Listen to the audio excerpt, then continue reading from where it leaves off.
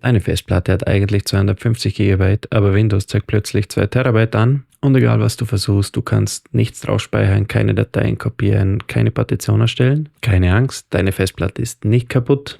Um sie in unter 5 Minuten zu reparieren, öffne die Eingabeaufforderung im Administrator-Modus, gib dann Diskpart ein, dann List Disk, dann werden alle Datenträger aufgelistet. Um unseren zu wählen, geben wir Select Disk 3 ein. Dort sehen wir auch, dass etwas mit dem nicht stimmt. Somit geben wir Clean ein, um den Datenträger komplett zu bereinigen. Dann erstellen wir eine neue Partition auf unserem Datenträger. Dazu verwenden wir Create Partition Primary. Wenn die Partition erstellt wurde, bekommen wir eine Bestätigung. Zu guter Letzt müssen wir die Partition noch formatieren. Je nachdem, welches Dateisystem wir brauchen, geben wir einmal Format fs ist gleich FAT32 Quick ein. Dann kommt der Fehler, dass die Volumegröße zu groß ist.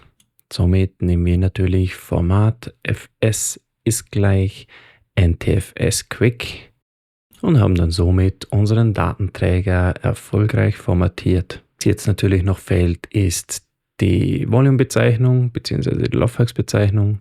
Dazu machen wir einen Rechtsklick, formatieren. Dort wählen wir dann auch wieder das Dateisystem NTFS aus und geben unserer Festplatte einen Namen.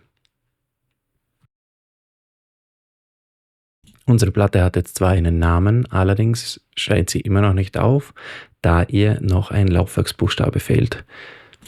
Um diesen zu ändern oder zu erstellen, geben wir nochmal Rechtsklick und Laufwerksbuchstabe und Pfad ändern.